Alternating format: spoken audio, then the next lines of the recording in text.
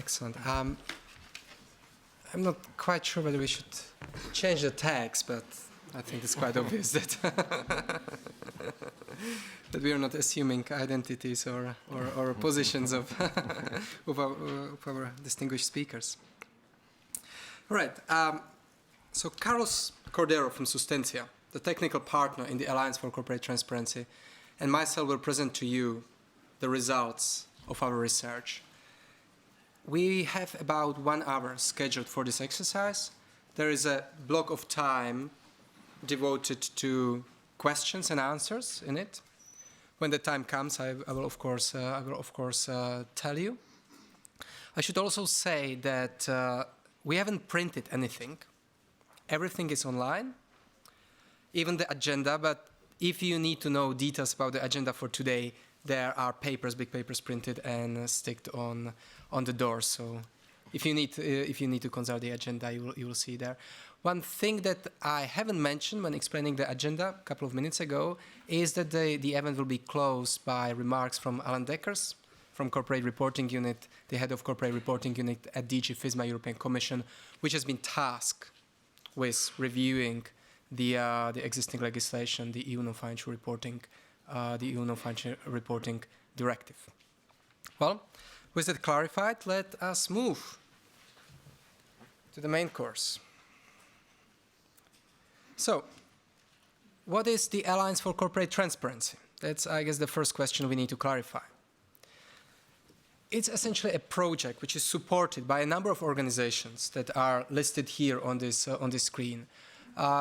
These organizations have engaged in the project in various ways, and the main contribution of each of us was in the design of the assessment methodology. Essentially, we have picked the brains of all these organizations to help us to create a set of criteria that we can use to provide at least partially objective of the assessment of companies' sustainability reporting pursuant to the requirements of the EU Non-Financial Reporting Directive.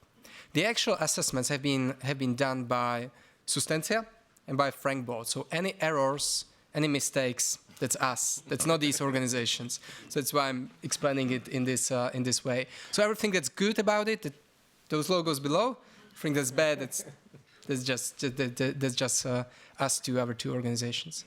Having said that, it's important to clarify a couple of things about the research. But first of all, as far as we know, nobody else has tried to do something similar, to do such an extensive assessment of companies' non-financial sustainability or CSR reports. We've analyzed 1,000 companies, and Carlos will tell you a little bit more about how we selected these companies in a moment. And we've analyzed them on several hundred of criteria. This is not to say that every company needs to, take 600 boxes or so. That's not the point. We're just trying to explain that the methodology that we have used for this has been very extensive and has been built on the existing reporting frameworks. For every category of information outlined in the EU Non-Financial Reporting Directive, we've taken a careful look into the existing or into the leading reporting initiative and standards and tried to populate the methodology with some more detailed questions. That means that there's a very extensive data set which is available online. You can search through the data. You can generate the data by sector, by question, by region. You can even see the individual companies' assessments. But one thing that the research is not is any kind of benchmark or rating. We've been comparing too many things at the same time, and any attempt at ranking or benchmarking would simply not provide an accurate picture. There are benchmarking initiatives out there which are, I would say personally, very important, mostly organized by the World Benchmarking Alliance. But I just want to make sure that everybody understands that we are not saying this company is good or this company is bad, and this is not a research which is meant to guide, for example, investors' decisions. The main purpose of the research was to produce big data on what is the state of corporate sustainability reporting in Europe. So that hopefully being clear, let's move to the general information about the companies included in the research. So on this screen, you can see the countries that have been included in the research. All of them, including Malta, have been included. It's one company from Malta.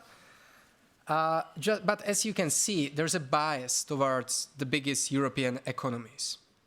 So for the purpose of having some kind of a balanced sample, we've considered European countries on the basis of regions. And I was wondering, Carlos, if you can tell us a little bit about, well, first of all, the extent of the research process, how this has been analyzed, and secondly, how did we select the companies, how we did this regional balance? Thank you, Filip. Well, maybe the first thing I would like to say is this is a second phase. So we are coming last year with a report covering 104, and with a team. And the difference between that, 1 year ago and now is the big growth of the scope of the assessment of the research. So we change and review very deep the methodology and try to make the assessment easier because the team is going to be bigger. We're going from around 10 people making the assessment to 35 in different countries with different languages. We use Spanish, Portuguese, Italian, French, German, Hungarian, Croatian, Czech, Slovak, and obviously English. English was the working language. And the other thing is, that's important, we understand the review process is review qualitative information, qualitative assessment of the information. So we are very focused at the beginning on review all the process, all the methodology, even the tool, focus on the criteria and the calibration of the team of the analysis. And so try to harmonize the analysis. And for that, we're making internal reviews and workshops. We develop guidance for the analysis as well, and even internal meetings about discussion about this criteria, how should be implemented in this particular sample of this report or whatever. No? That's it. And about how we define the list of companies included in the scope, obviously there's another challenge. That's the first thing is we don't find any public database of the companies, of those potential 6,000 companies that should be compliant with the Non-Financial Reporting Directive, even not in the global approach or the European approach, but also in the national country database. So for us, the first thing is try to find a database with information of the different companies. At the end, we use a commercial database. It's one commercial database of the company information. And for that, we try to make a sample well-balanced with 3 big criteria. One is size of the company, trying to avoid just focus on the biggest one. That's usual in all the different researches. Try to include all other medium but included in the mandatory Non-Financial Reporting Directive. The other was a region, geographical approach. Try to make balance between different countries. No exactly countries, in some cases countries, for example, in the case of France, but because Germany, but in the other case, our approach was by regions. And the last criteria sector. We go bigger scope on sectors. We include in this case 11 sectors, different sectors, and we try to be well balanced on sectors as well. We know that in some cases there are some concentration in some specific sector in some regions, and but in general, we understand that the scope, the sample of the scope is quite good balance, so the results could be understand that this is the right one. Excellent. And as you can see, this is the table of the results. it doesn't of the results of the selection of different companies and different regions. And we had problems of finding some companies in essentially in the Eastern Europe because of the different structure of the market there. But we've done our best, or Sustentia has done its best to have as balanced representation as possible. But there is certain bias in certain industries to certain sectors. In terms of size, I think the sample is very well balanced between smaller big companies and really big large companies. One thing that we could see is that bigger companies tend to provide more specific information. You will find details about it in the online database and in the report. Before we get to the actual assessment of the content of the information, we've prepared a slide for you where we present some of the, let's say, kind of a meta view or meta analysis, meta assessment of the quality of the information. Now, this is not based on the EU Non-Financial Reporting Directive requirements. This is simply what we have asked researchers to reflect on. And as you can see, there's a vast majority of companies that actually do provide non-financial statement as expected. There might be explanation for the 4% that don't do it. But more important figure is that almost 60% of companies are providing the core of the non-financial information in annual reports, and less than 40% do so in a let's say CSR report or a separate report. And Carlos, I was wondering when we were first discussing this, whether there is any noticeable difference in quality between those companies that provide information in the annual report as opposed to who do so in a separate report. Well, real integration is desirable. But the point is, we find in much of the cases very often that this difference between real integration and put it together, financial and non-financial information in the same statement. So integrate should be more following the logical of the non-financial directive. Establish what is your business model, what is on that business model, which are the risks and impacts that should be considered in that, and after that follow which are the policies and the action plans to address those. That's your priorities, but based on that risks and impacts, and which are the KPIs and that you are producing information of your outcomes.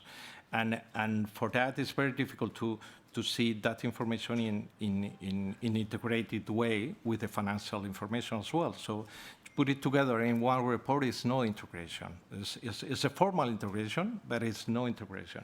Integration should be in the meaningful information that it could be easier to the analyst to follow in the flow and the cycle of the information and understand what's going on, which are the priorities, risks, and which are the performance against that, or your targets, or whatever, no?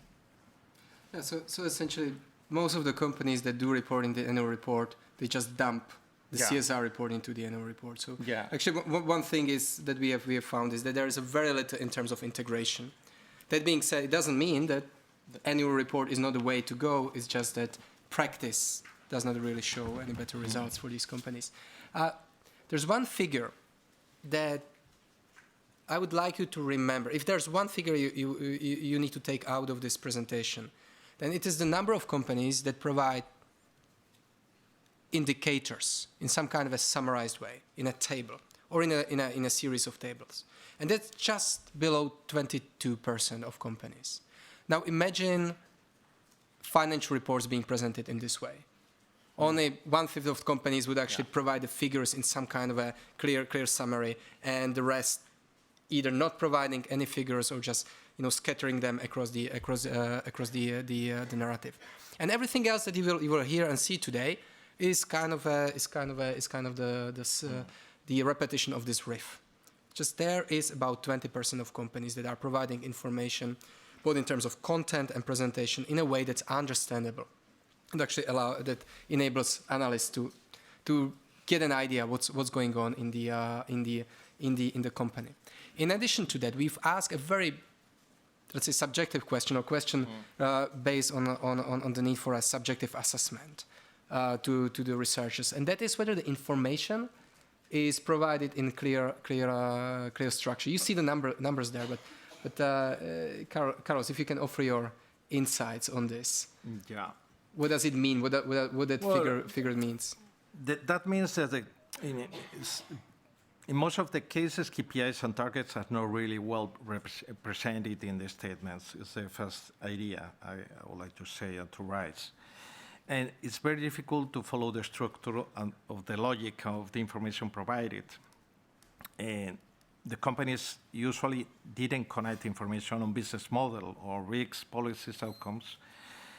It's very difficult, as I said, the logic to follow the logic of the Non-Financial Reporting Directive established about what is the risks of the company in the business model, what is the policy to address those risks, what are the actions to implement it, and what are the outcomes, and which KPIs you are measuring your outcomes. Well, in general, the information is very vague, or it's too vague, and it's often unclear how big or how real is the risk, where is located that risk geographically, in which countries, in which business line, supplier, etc. So the information on that is crucial, is essential to evaluate the performance of the company. I understand that this challenge that the analysts we have to face in this research will be exactly the same than the investors analysts of investing, trying to clarify which are the risks and impacts, the real risks and impacts of the different companies. So we facing exactly the same problems that we can imagine the other people doing analysis of those companies. But let me also offer on this a positive view. There is a significant minority of companies that do provide information in a clear structure. That if you read the report, you get the idea. Well, these are the risks, these are the impacts, these are the KPIs used, these are the targets, these are the policies, these are the actions, and so on and so forth. Unfortunately, it's only a minority. Yeah.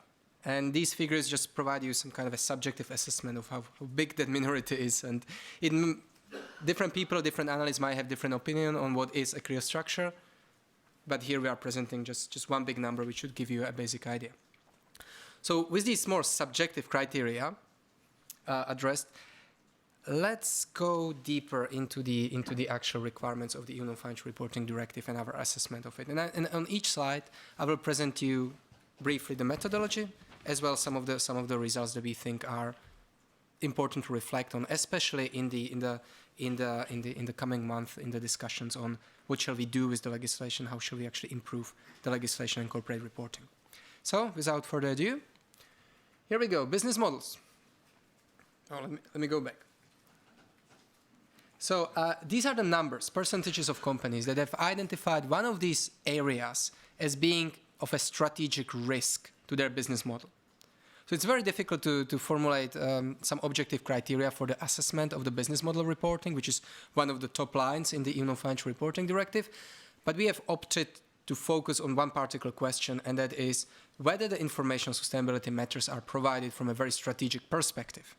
And these numbers are for all sectors. It doesn't mean that all sectors need to have 100% on each issue. Human rights will be, of different importance to a garment company compared to, well, I don't know, resource transformation company based in Europe. So this gives you only an idea on, let's say, the general prevalence of recognition of such strategic risks in companies' reports. What's more interesting, though, is if we look more deeper into these issues. So almost half of the companies have identified at least one strategic risk. That cannot be seen from the numbers before. It's just if you look deeper. But only 7.2% of companies explain how these risks that they have identified are reflected in their core business strategy, how their big business strategy is actually reacting to these risks. So that's one of the gaps we would like to point out. And it's quite possible that half of the companies are not facing a strategic risk. That's fair enough. But those that do report on some, the question is, what's next? What are you doing about these risks? And this information is very rarely provided. Then if you look at certain risks, strategic risks, and their description from the perspective of business model, and certain industries, we can make more far-reaching conclusions. So here at the bottom you have numbers for reporting on climate-related risks in this kind of a strategic manner by sectors that are most exposed to the risks associated with climate risk. As you can see, the numbers are actually not that great. I mean, what's striking, in my opinion, is that less than half of energy and resource extraction companies are doing this, and it's undeniable that over 90%, let's say, of these companies would probably be exposed to these risks, with a few exceptions of, I don't know, some metal mining companies and renewable energy companies. And we're just asked about the risks. I mean, there is the whole other question of opportunities. So this is what you can read about business models from our research. There's much more detail, of course, in the main report. We've also asked a couple of questions about governance. Now, to be clear, there is no specific requirement to report on governance arrangements in the legislation, but virtually every reporting framework, recommendation, and initiative recommends it. So we've selected a couple that we thought have some information value. And one particular point we wanted to draw your attention to is the difference between the number of companies that report on, let's say, formal elements of governance. Those are those first 3-4 items, starting with the purpose, and the number of companies that are reporting information that actually allows you to evaluate the actual accountability of the governance bodies, especially the board. And you can see that drop from almost 50% to essentially 14%. And again, there's the same thing. Now, these questions are not by any means perfect.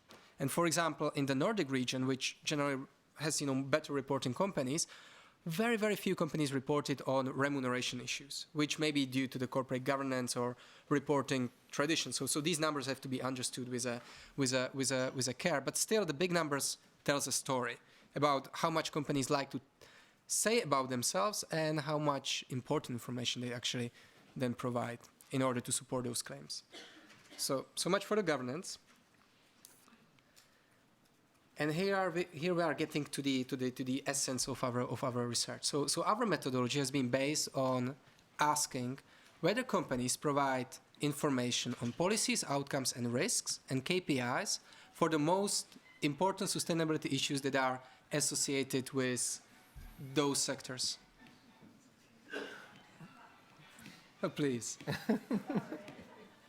So, one thing that is not being shown here is that we haven't blindly applied all these questions or these topics to every industry. So we haven't asked questions concerning pollution, companies that are from the sectors that don't generate pollution. So this only represents the number of companies from the sectors where such risks or such issues are prevalent. Now, of course, the materiality of these issues depend on companies' operating context. So again, the idea is not that there will be 100% of companies reporting on specific policies, outcomes, and risks in these areas. But there's a way how to interpret this data, and that is to compare the number of companies that do disclose on policies and the number of companies that do so in a way that allows the understanding of that particular company's position, which is essentially the most right column. The column where we ask whether companies have been reporting specific information. And as you can see, less than half of the companies that do have policies on certain issues give you something more than boilerplate disclosures. That begs a question like, why do the other companies report on it? I mean, is the information not material? Then why they are providing information on policies? If it is material, why some material information is actually not provided? And you can see this pattern through all the results. Here, the environmental questions are broken down to individual issues such as climate change, natural resources, and so on and so forth. We have a similar breakdown for human rights reporting criteria, but for the sake of simplicity, we've just provided, the general numbers here. One particular topic which is missing from here is anti-corruption. We'll get to it in a separate slide later on in the presentation of the results. So this is for the policies, and this is what companies report the best.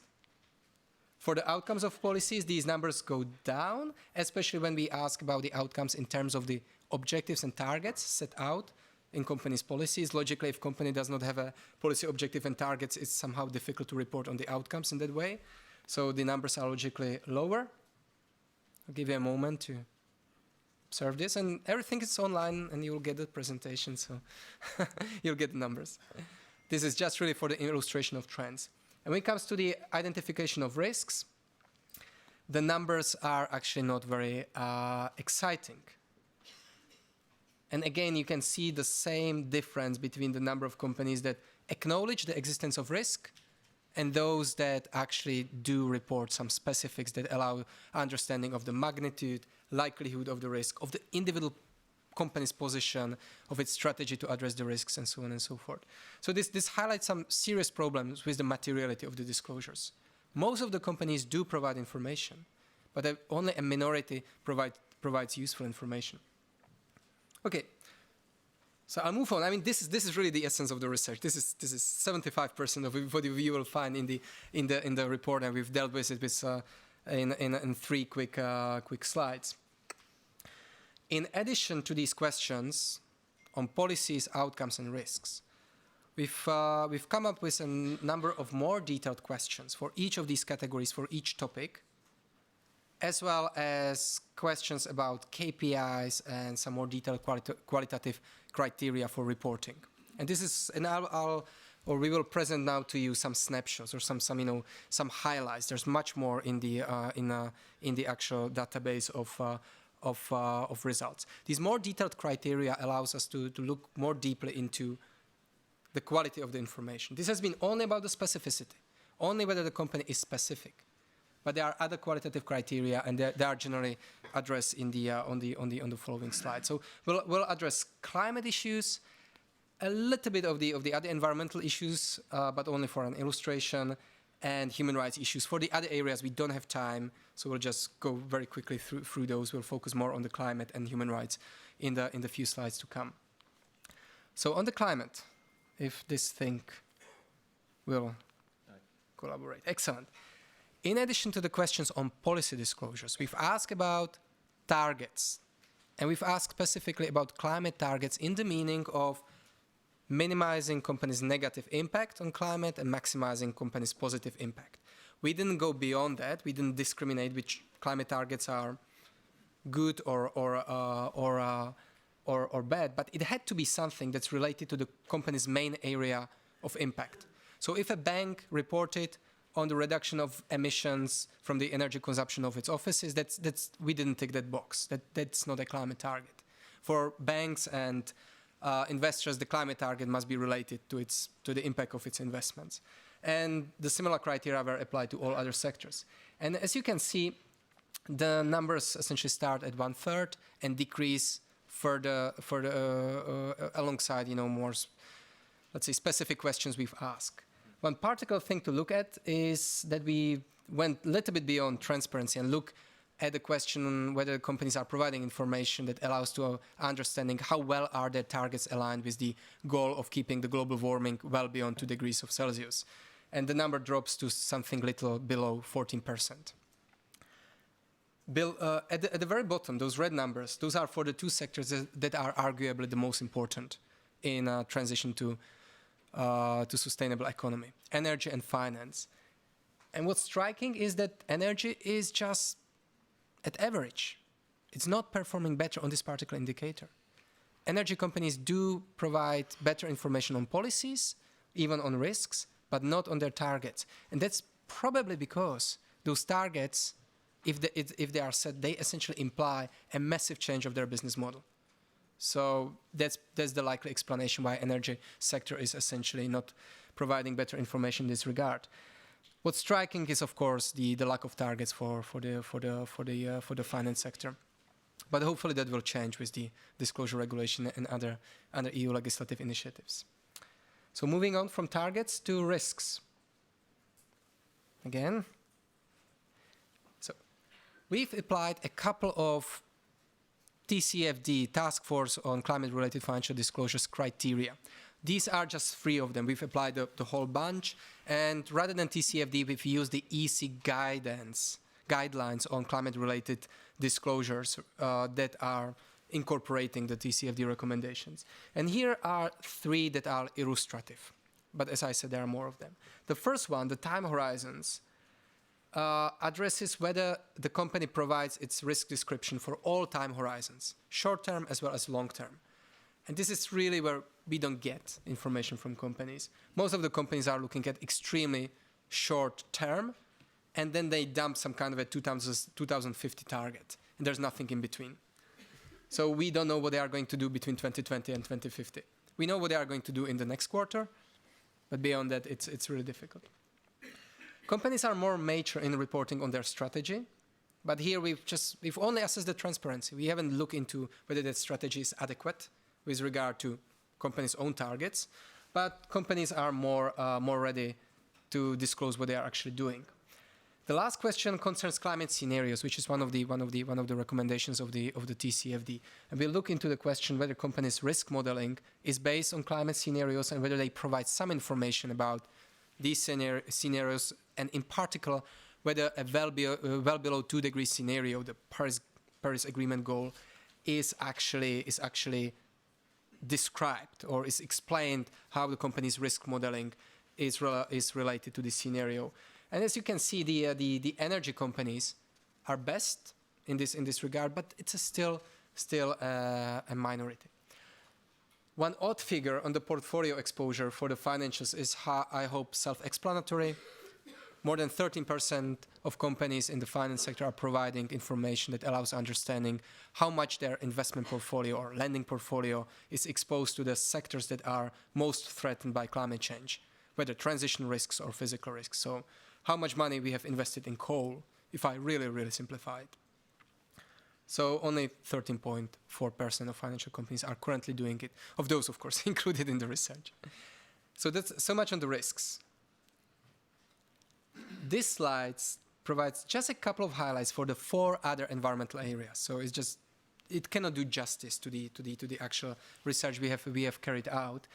But we wanted to highlight a couple of figures that highlight certain discrepancies.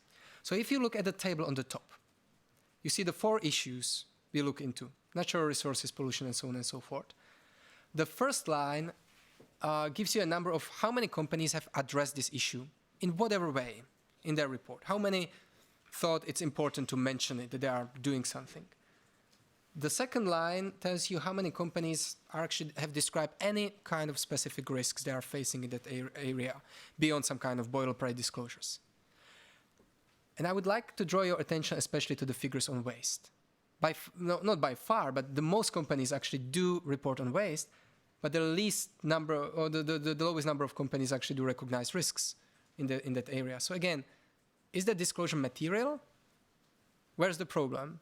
Should companies report more on the risks, or should they actually report less on waste policies? So, and we see this pattern everywhere, but waste is just a good way how to highlight this problem. And you can see it in the indicators. So apparel and textile companies are quite ready to report on natural resources, but only less than 21% of companies actually are reporting on how they meet their policy targets. So again, it's a question of materiality of the disclosures. And the same thing, and it's perhaps the best example of them all, almost half of the companies are reporting on the use of water, but only 10% put it in the context of some kind of a water stress risks, and less than 5 disclose data on water scarce and borderline areas. And this figure is really important only for those areas, or for the long-term risks in the areas that may become water scarce and borderline. So again, we get a lot of data, a lot of information, but the question is, what is the value of that information really? One thing that companies reported most on are employee and social relations. So that's essentially not a problem. You can see various questions we have asked about group into the categories based on the prevalence of reporting. The most difficult things are reported the least. That's not quite surprising, and that is not to blame the companies. It just gives an indication what companies do report when they are asked to report on employee matters without any further specification. the directive requires companies to report on social issues, in addition to employee matters as well as human rights matters. It's really difficult to say what are the social matters other than employee and human rights matters. But we have come up with one, and that's the tax issues. And what you see there is the data on tax, on country-by-country tax reporting. So there's a similar number for the pre-tax income. So it's not an isolated number, but this is a highlight that we wanted to show you. Moving on to the human rights issues. Again, you would need to consult the previous slide where we've discussed the specificity of policies, risk outcomes, and risk disclosure. So these are additional criteria. And these additional criteria are based on the United Nations guiding principles and its reporting framework. And they give you a better insight into the quality of the information on human rights and on the management of the issues that the companies themselves have identified. So in these questions, we haven't judged whether a company has identified the correct issues, merely whether it provided information that allows understanding of its impact, of its management of these issues, and so on and so forth. The biggest problem here is that companies are virtually not reporting on the outcomes of their management of those issues. So quite a few companies, about 20 to 25%, say, well, these are our salient issues. We have problems. We know we are connected to our problems in supply chains in such and such areas of the world. Then they disclose policy. Most of the companies actually do disclose a policy. But when it comes to any kind of evidence, whether qualitative or quantitative, of the effect of those policies, whether they are making any change on the ground, it's 3.6% of companies. So it's really impossible to use human rights data for any kind of assessment of the companies other than assessment of the robustness of their policies. But their application in practice is actually not reflected in reports. One other figure that it's important to highlight is that less than 1/5 of companies are reporting on human rights due diligence processes, which is, let's say, a litmus test for the adoption of the business and human rights agenda in companies reporting. And this number is fairly consistent with other surveys out there, whether by the Corporate Human Rights Benchmark or whether by the German government of German companies. So there seems to be a consistent rate of companies reporting on the processes they have to identify, prevent, and mitigate human rights impacts linked to them. Okay? We've asked more detailed questions for a number of other human rights issues, but we'll just focus on one in the presentation, and that's supply chain transparency, which is of utmost importance in certain industries that rely heavily on outsourced production, such as apparel and textiles, food and beverage, and other consumption goods. And there's quite a lot of companies that report on audits, and quite a few companies that report on how they engage affected communities, in this case mostly workers, in mapping risks and in addressing or in monitoring the implementation of companies' policies in the actual places of production. So that's quite an interesting figure to reflect on, because although it seems low, merely 12%, it's actually an emergent practice. And 2 or 3 years ago, I think that number would be 0. But now it's 11. So this suggests an emergent practice in the apparel and textile sector. Oh, I should have mentioned this is specifically for the most exposed industry, apparel and textiles, and the numbers for other industries are essentially non-existent. So this is just for the garments. Another interesting positive trend is that almost 14% of companies do disclose information on their ultimate suppliers in apparel and textiles industry. So this is something that really surprised us. Again, this is an emergent practice which would be unthinkable a couple of years ago. It, of course, calls into a question the other almost 90% of companies that don't do that. But the information on where the products are actually produced, what are the factories, is really essential for any kind of an assessment, whether by companies themselves or whether by external stakeholders of the company's impacts, as well as of the efficiency of its responses to those impacts and management of risks. So that's something that we think should be really considered in the upcoming review of the legislation. I'll move on. There's much more to discuss on this one, but I'll leave it at those two highlights. Here we got a similar overview for supply chain issues as we've presented for the employee matters. The distinction being that for the employee matters, we have looked only at the workplaces controlled by the company. That means companies' direct employees and outsourced workers working on the company's premises. Here we are looking into the supply chain issues. And as you can see, some specific actions in specific areas are not reported by many companies. It's slightly better in high-risk industries such as apparel and textiles. I'll move on. Here's the promised slide on the anti-corruption and bribery matters. When it comes to policies, outcomes, and risks, there's the same pattern as for the other ones. About 20% of companies are providing specific information. But we have used a number of other criteria derived from the methodologies of Transparency International that allowed us to look more deeply in the quality of those disclosures. There are two that I would like to draw your attention to. One is the one at the very bottom left.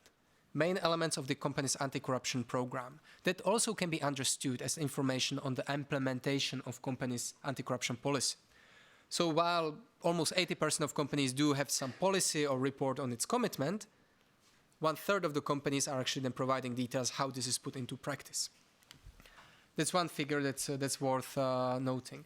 The other is that less than 20% of companies, 18.3%, are reporting on their risk assessment of potential areas of corruption. We haven't asked for specific data on the areas of corruption. We've just asked about, let's say, meta-reporting about this. Does company give you an idea that it has carried such an assessment, and what were the results of those assessments in really general terms? We're getting below 20% there. Whether this can be regulated or not, that's of course another question. We're just presenting the assessment of the quality of the data.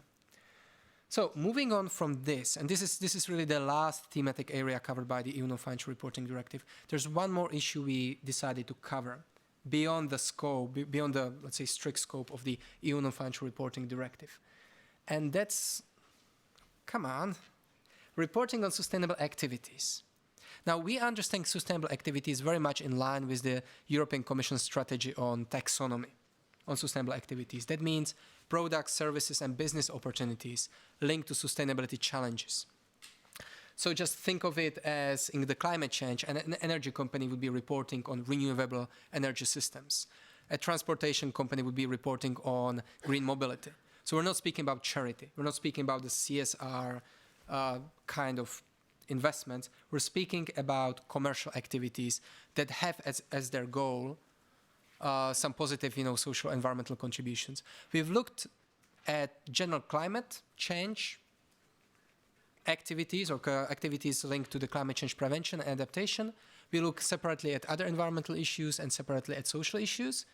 The results are essentially the same. The results for the climate change are the best, so everything in the other areas is slightly worse.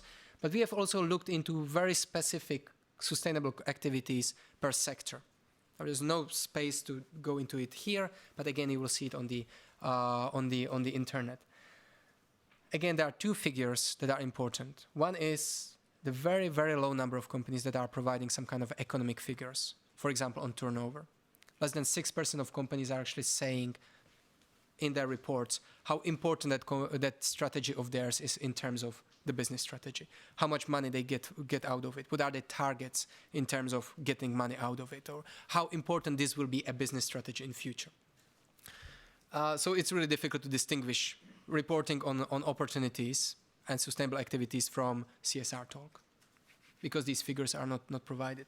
And the second information is relevant is on investment and R&D, which is about 10%. It's still just 1/3 of the companies that do report on these activities provide some figures on R&D and investment. And these are essentially the two criteria that are subject to the EU taxonomy regulation. These will be the things that companies will be actually required to report on in coming years. So with that, let me move to the key findings, if I may. We're good on time. There's plenty of conclusions one can make out of this, but we would like to ask you and the other readers to look at the results with a critical eye. It's very difficult to say what these numbers mean unless you look into specific sectors, unless you look into specific questions. Still, it is possible to derive some overarching conclusions, and this is our attempt at making those. You can make your own, of course. Well, one is the figure that I asked you to remember in the beginning. We can't have a reliable reporting if only 1/5 of companies are providing KPIs in kind of a summarized statement. Imagine a nightmare this is for any analyst. And if these data are to be useful for anyone, starting with the, with the investors, this is just making their life terrible. Second, the description of risk is specific in only 20 to 25% of cases. The number of companies that do disclose some risk is actually much bigger. So this number actually needs to be much higher. It doesn't need to be 100%. Not all companies have risks in all areas, but this actually indicates bad practice. The third finding, which is clear, is that the TCFD, the task force recommendations on climate-related financial disclosures, recommendations are not followed, at least not yet, and this is something that may be considered in the upcoming developments. The next point is on the outcomes. It's not really good. It's linked to the problems that companies are not setting policy targets and objectives, so that then it is very difficult to report on outcomes. And even if companies have targets, then the outcomes are often missing. The situation is the worst in the human rights space. The next point is on the supply chain transparency. There's a fairly positive number in terms of companies in the apparel sector disclosing the ultimate suppliers. So this calls perhaps for some kind of a standardization of this practice. And finally, and that's the point that you have just listened, if companies are to report on sustainable activities, they do need to provide economic figures. Otherwise, it's not reporting on sustainable activities. And the very last point, which should be number 7, but the formatting has decided is going to follow its own. And that's in addition to, the problem is not that companies are not providing enough information. The problem is that most of the information is not relevant. There's a lot of data that we could not understand why it is included. It didn't correspond to the salient risks or issues or impacts in the given sector. There was no explanation in companies' reports on the reasons why they have included it. Lots of companies included a materiality matrix. So yeah, that's great. So these stakeholders told you that this is important, but what does it really mean? That's a really something that where companies are, I think, genuinely struggling to understand what is expected of them in terms of selection of the issues and description how they are doing it. All right, that's the presentation. It's been very difficult for us to make a summary out of it because, as I mentioned in the beginning, there are several hundreds of criteria. Pick your own, whichever you think is the important one. There's a figure for it. It's all based on GRI, SASB, CDP, CDSB, TCFD. Very few of these criteria actually came from our heads. Some of them did, but most of them didn't. And it's for the kind reader of the data to consider what information is actually important. One other disclaimer I should say is that we've analyzed companies on the basis of macroeconomic sectors. For some sectors, we went into more details, such as for apparel and textiles and food and beverage. So there one can make some conclusions about what is generally material, what is not. Other sectors were more complicated, such as transportation. We've got manufacturers, we've got shipping companies in it, and that means that not always the ideal number is 100%. So you need to apply common sense when reading the data. Now we have about half an hour for Q&As. Will be available to you during the break for the questions and answers, and we would love to speak to you after the conference in the days to come. But now we have about 30 minutes for Q&As. There should be, I was told, microphones in the armrests of your seats, like in an airplane. And we will try to take questions. Somebody has to moderate, so I guess that will be me. So just think about your questions. Carlos and I will have one more exchange, and then we will ask you for those questions. We'll collect a couple of them together. We'll try to answer the best we can. We'll perhaps do 2 or 3 rounds. Carlos, there was one thing I wanted to ask you about, and if you can elaborate a little bit on the point that we've left in the left standing in the beginning, and that's how is it for an analyst to get some sensible data out of this? And we've presented a lot of problems in this regard, but there's surely also some kind of a good practice. Yeah. Well, the best practice that we find usually was when there's the company follow exactly the cycle, the loop of the identify which are the risk, in that case, and identify very clear which action plan has been implemented and give figures about the outcomes. That's easy. In my opinion, that's easier when we are talking about quantitative rate, and in climate change, some cases is a good example of that. When the company follow exactly and put it target in a specific period of time, it is easier to follow which are the actions that have been implemented and which are the outcomes. Sometimes they don't cover the target, but they can explain why and what is going to be the consequences and the lesson learned for the following.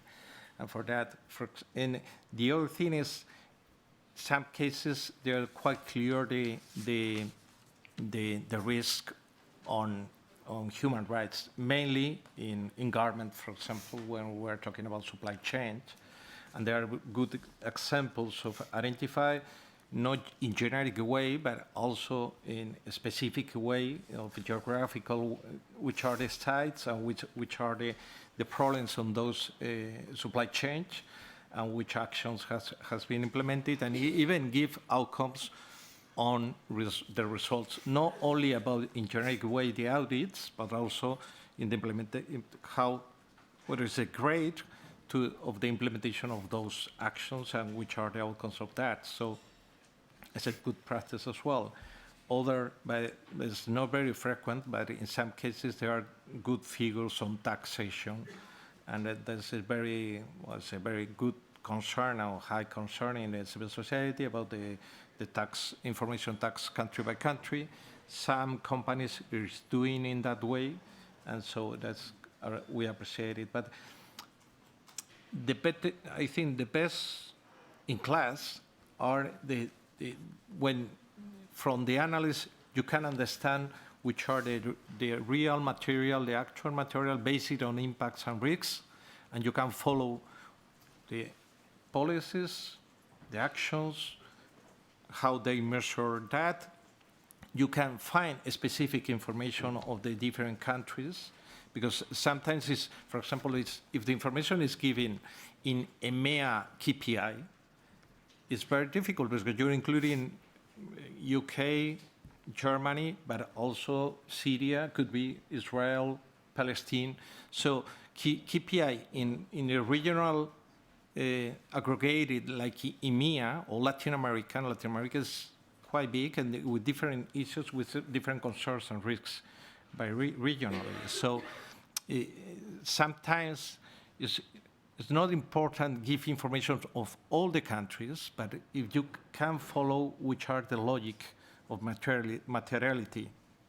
And when we say materiality, is more focused not only the risks that affected directly to the company, could be commercial, reputational, or whatever, that you consider that, but also the view of which are the externalities that you are affected to the rest of the planet and the people and the rights and the society at the end. So it's try to mix in the smart way what is the concept of materiality in that case. No?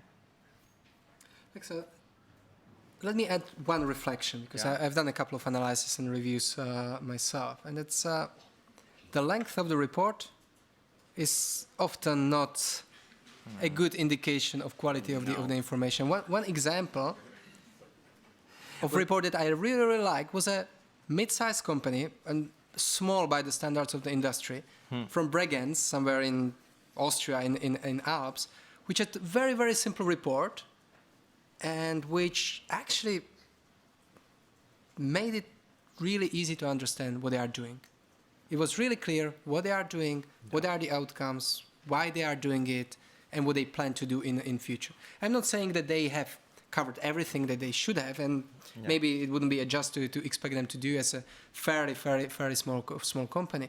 But that simple report was just a joy to read after reading long, not very exciting reports full of corporate speak. Yeah. So the long of the report is not the key thing. Yeah. It's even the picture is not the key thing as well. So it's not easier to the analyst the nice pictures or very long narrative description. We prefer to be easier for our lives. Is try very structured information, following. You can follow the logic of the information, giving like accountability information, thinking on investors, civil society, different stakeholders that could be useful. The information shall be useful for the rest of the people reading. we need to give space to questions from the audience. Sorry. Well, I started it. So I'm one to blame. So, questions, please. So there's one over there. Phil has a question here. So let's just start with those two. And if Donato in the middle, we'll just take these three and we'll see who else wants to ask a question, please. And if you can just briefly introduce yourself in case people would like to follow up with you. Hello, thank you. Yes, my name's Catherine Knox. I work at the Joseph Rowntree Charitable Trust in the UK, so funder of some of the work, which is great to see. Well done. I guess I wanted to ask you about what you think the implications are for the task force on climate-related disclosure, given what you've said about the failures to kind of be reporting on some of the requirements in terms of what you've seen so far. What are the sort of learning points you would put forward or recommendations you would be putting to the task force in terms of making this a real issue for people? Yeah, thanks. Donato, then Phil. Hello, my name is Donato Calace. I'm a VP of Innovation Accounts at Datamar, a cloud-based company that uses artificial intelligence to analyze corporate reports, news, regulation, and social media. So first of all, congratulations. This is amazing work, and I really look forward to reading it in detail. But I took already a lot of notes, and I have so many questions. But since my area of expertise is materiality, I will focus on that insight that you shared, which is most of the disclosures that you read is actually material, which is concerning, right? On one side, because we want to demonstrate that this information can be used for decisions, and if it is immaterial, it can't be used, one. But on a practical perspective, companies invest money and time in identifying material issues, and if you don't find those information adequately reported there, it means that there is a problem. So my question for you will be, do you believe there is a lack in policy there in defining materiality, which is also concerning because, as you probably know, there is the space of materiality definition and principles is absolutely overcrowded. Like we have tens or even hundreds of definitions of what is material. So what is missing there, and why it's so difficult to find material information? Yeah. Thank you. Okay.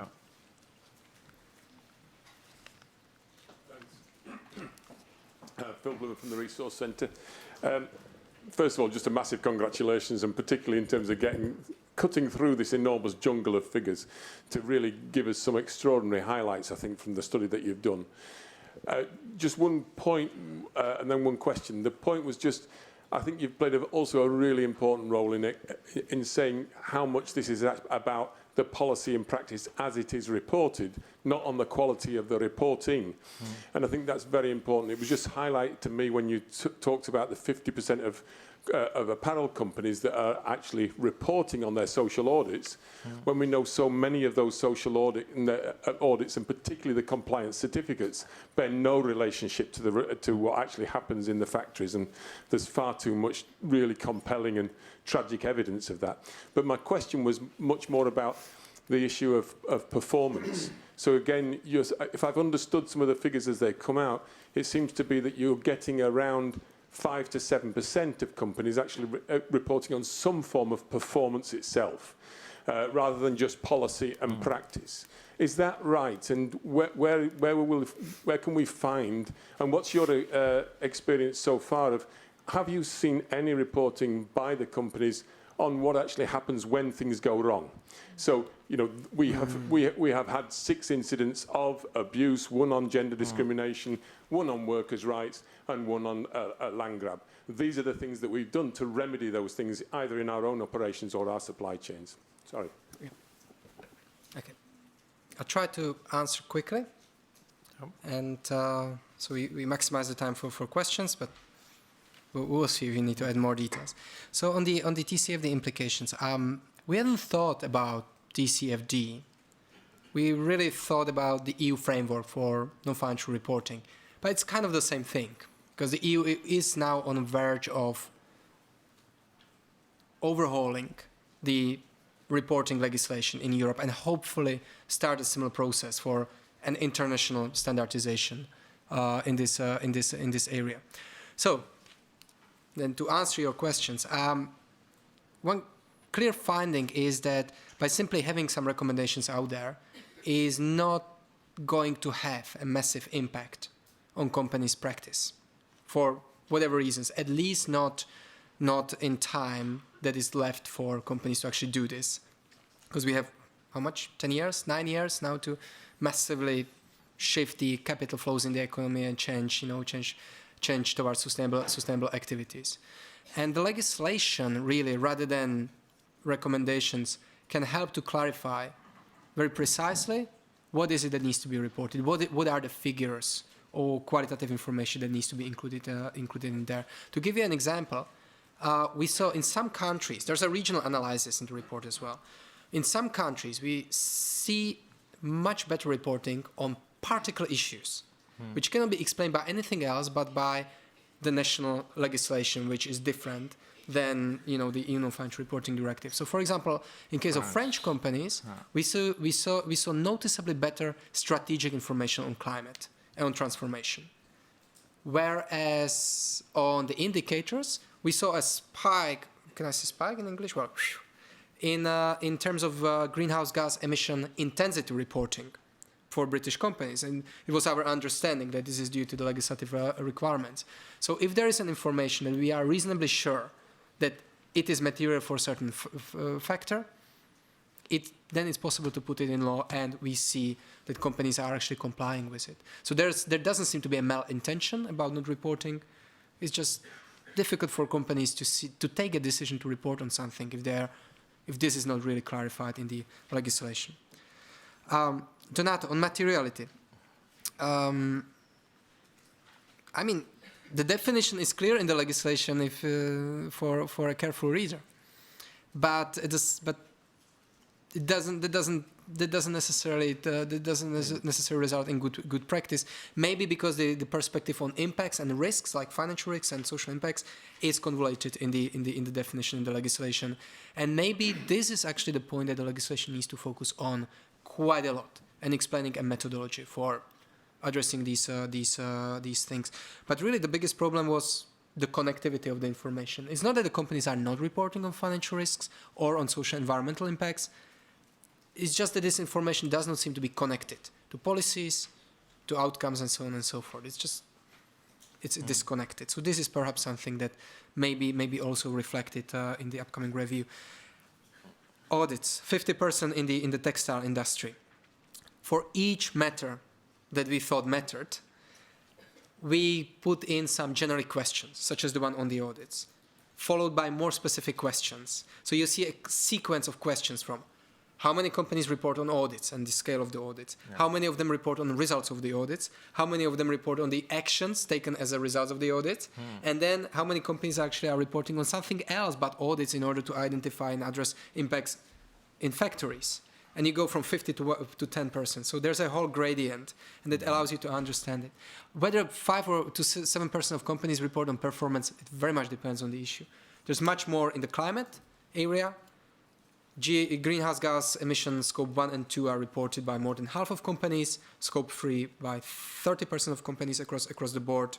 But again, what these numbers are telling us, I don't know in the absence of climate targets and long-term plans of the companies. So really, it's really issue specific, but in the human rights area, it's really bad.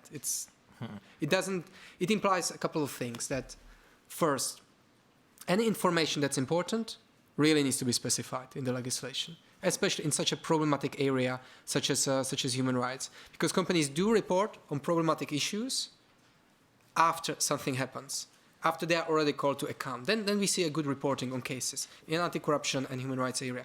But it's very difficult to expect companies they would do so, all of them, if actually this information is not known. So the legislation can help the situation by specifying some essentially proxy indicators or proxy information, such as supply chain transparency and so on and so forth, that can help. But it seems that the using disclosure as a method to drive a behavioral change in the area of human rights is not going to do the trick.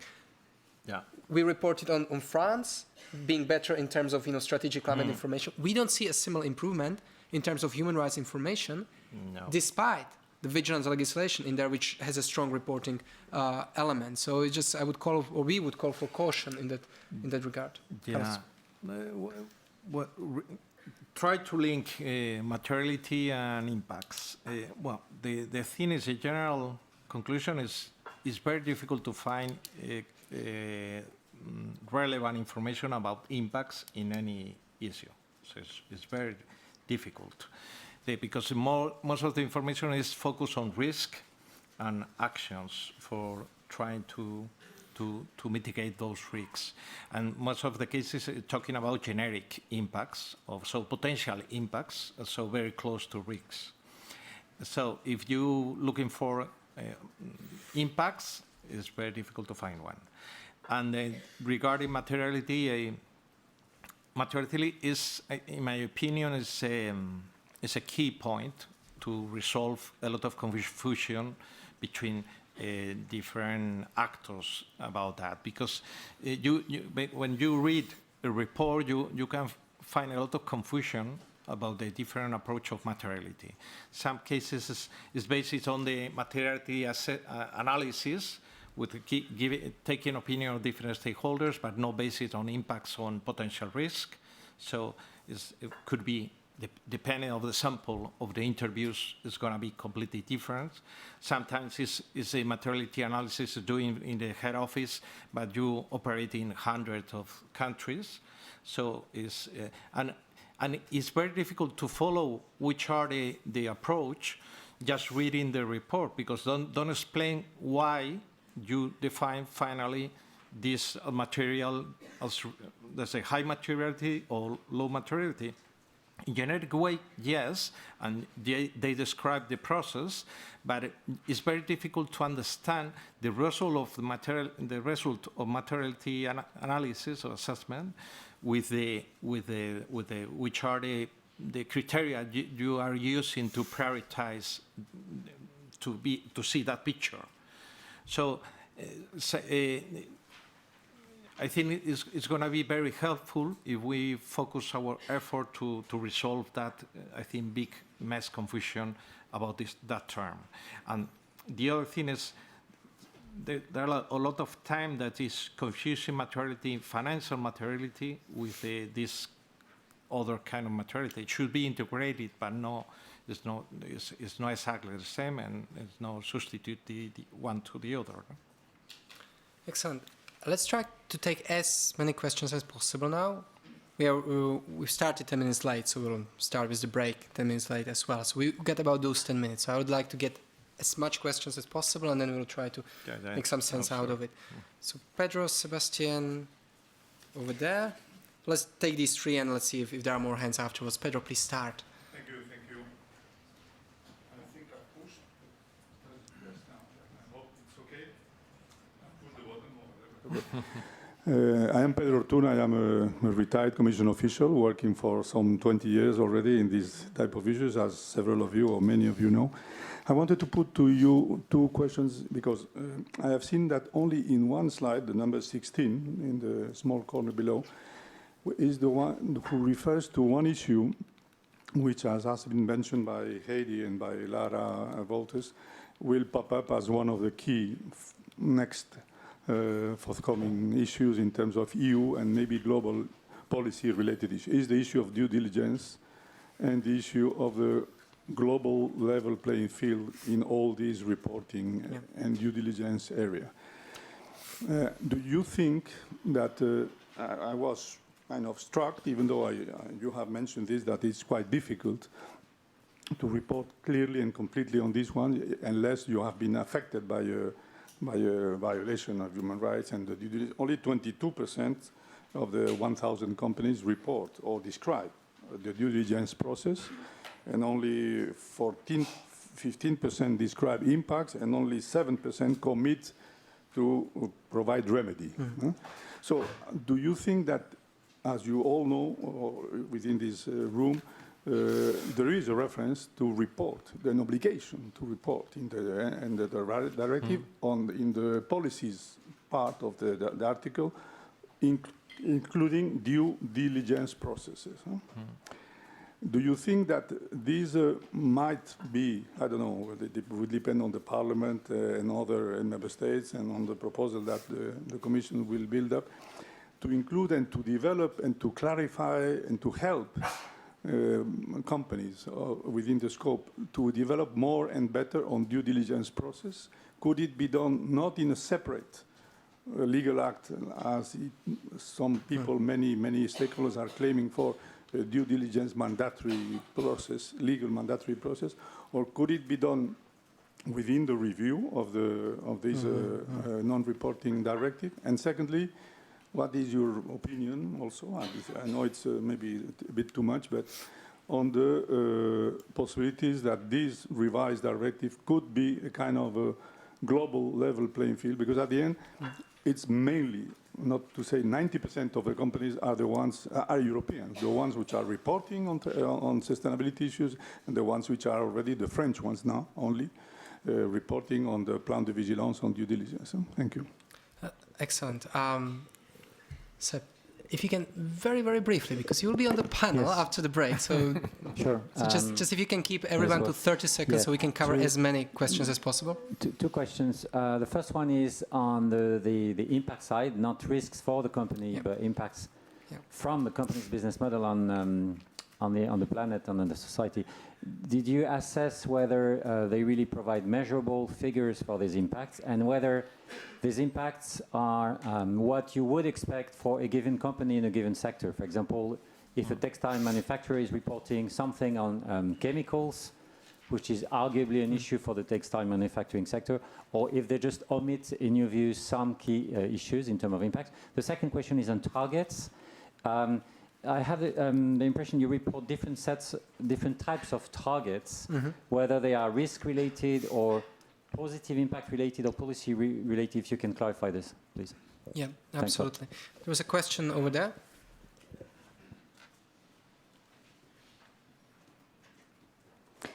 Hello, my name is Mihaela Croitoru. I'm a sustainability consultant from Romania. And I wanted to understand if there is a possibility to understand how are the companies from the eastern part of Europe are performing in non-financial reporting. Yes, all broken down. Having in view that we don't have this tradition, and recently we have extended, especially in our country, the obligation to report to all companies that have more than 500 employees. So we want to know if we are on the good path, and which are the areas that we could improve. Thank you. Excellent. Any more questions? One? I will have to give you one last opportunity now, so there will be just one question over there. Okay, so please. Well, thank you, Filip. Dit is Erik Breen in Vinces. And my question to you is whether you can link the data also to one of your previous projects, the purpose of the corporation, and whether you see any distinction between the companies that have a broader purpose versus the companies that might not have, and whether they disclose more or not. And a second question is, what do you expect going forward in terms of new technology, deep learning, artificial intelligence, machine learning, geospatial data? Would this be potentially helpful to this area of reporting? Thank you. Excellent. It's a really good question. Yeah. And I would love to discuss that for a long time, but I guess I'll just try to do it in 30 seconds. I'll just run through the questions. Yeah. Then we will have to wrap up. Anyways, one by one, the questions on due diligence. Of course, it's in the legislation, but there seems to be a great confusion about what due diligence term means. The criteria we have applied is that the company needed to provide information, at least some information. We didn't go into much detail in terms of qualitative assessment on how they identify risks, how they prevent the risks, how they mitigate those risks that they have identified, risks of adverse impacts on human rights. That's where the figure comes from. On the second question, I think, and that's my personal opinion, I think it is a mistake to try to use a reporting legislation to address what is a de facto, a substantive obligation to carry out human rights due diligence. So reporting legislation does have its important place in this, but it needs to solicit very particular information that helps to understand or evaluate companies' approach, what is company doing on some particular issues. It's the experience with the research shows, and not just our CHRB, German government, and so on, that merely asking companies to report on what they should be doing in general terms gets you these numbers. And that's not even the whole story, because if you will look at the quality of those HRDD processes, we haven't even scratched the surface. There are very, very few companies that are providing some important information, but there are some. So on the due diligence. Then the question on the global level play, absolutely.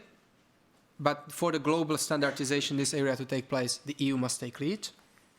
But that's not the findings of the project. That's my personal opinion. The project is all about research, and we will have fantastic panels in the afternoon speaking about that. On the question of measurable targets and figures, I've tried to show the figures, but it's not in my control anymore. So I can show you. But those slides we've shown on the supply chains and the supply chains and the employment matters, there was exactly that. We've asked for individual issues such as child labor, forced labor, and so on and so forth, whether the company provided information on specific actions in that area, any kind of data or KPIs, without kind of judging whether those are good data and KPIs. And you saw the numbers. So it doesn't make sense to ask more specific questions because we already know that companies are, with few exceptions, not doing that. On the question of Romania, yes, the data are broken down. The Eastern Europe is lagging behind everyone else. I don't know exactly whether Romania is slightly better than the others, but check it. And indeed, we hope that the report will help to highlight some issues that may lead to some discussions in those countries about what could be easily changed in practice. One very easy thing is climate. It's quite clear what are the main issues that need to be reported, from targets to emissions, and so that can be an obvious point to start with. Data and how does the data compare to the findings of the purpose of the corporation project? Well, let me say that first we've compared the data for the 105 companies which we have analyzed last year or in 2018 with the same companies that were included in the bigger sample, 1,000 companies, and we haven't seen an improvement. There's a slight improvement in number of companies reporting on some of the key issues, but not in terms of the quality of that reporting. If anything, the numbers on specificity of disclosures went down. But that's probably because we've been stricter, because in the meantime there were new guidelines and the debate has evolved, and this has affected the qualitative assessment. And also, as we expanded the scope, we had more good quality reporting companies in the scope. And if you are doing a qualitative assessment, it's always relative.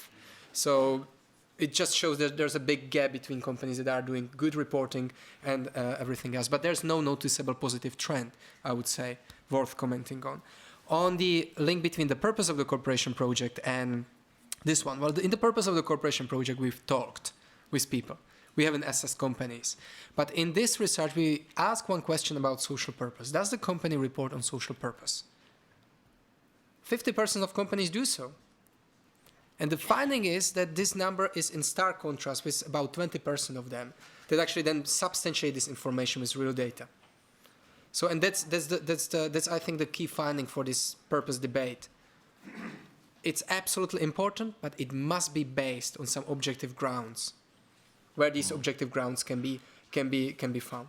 An energy company without an ambitious climate target can say what it wants to say about the social purpose, can have its best employee policies and whatever, but it doesn't have a climate target. So I guess this is the main reflections on the purpose discussion.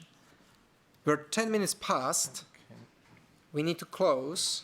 Do you want 30 seconds, Carlos? Yes, Please. Just I'm a terrible. warning. Just a warning. Please don't confuse the report of SDGs with the Non-Financial Reporting Directive, because in some cases the structure of the report is focused on SDGs, because now SDGs is a global agenda as well. In all of us, we are trying to address that, but that approach should be complementary with the non-financial reporting. In some cases, some companies avoid non-financial reporting perspective for addressing SDGs perspective. And we, from our understanding, should be complementary and integrated both approaches. It's just a warning. Excellent. Thank you for your patience. Thank you for putting up with me and with my strictness. We're very stressed about getting at least some of the information to you. We hope we've succeeded. But really, the data are in the online database and in the research report. We've tried to be as comprehensive as we could there, and you'll find a wealth of information. And the database is completely open, but you can have a research on the database as well, and take other consequences and lesson learned. So, yeah, we need to break. People are standing. Yeah. 25 minutes from now. That means 10 after 3. We reconvene, and we will continue with the discussion. Please go have a coffee. Bye.